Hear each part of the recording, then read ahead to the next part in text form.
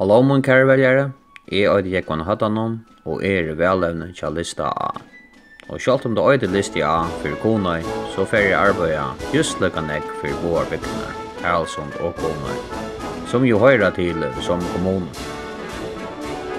Jeg har sett meg nøkur mal jeg skulle jenta til Bygdaráðið til Kunoyar Kommunu. Folketallet i Kunoytene skal være 200 mot 4 skoj av.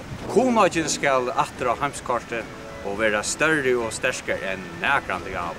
Okkara mentan for å være kjønlig. Ferievinnan skal blomstra og pengar skal i kassa. Det skal ordna veldig bygge Kunoytene.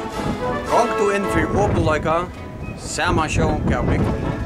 Lui hoksan, og en bjørsta framtid for Kunoyar Kommunu, så det setta krossen av rattasted den 8. november.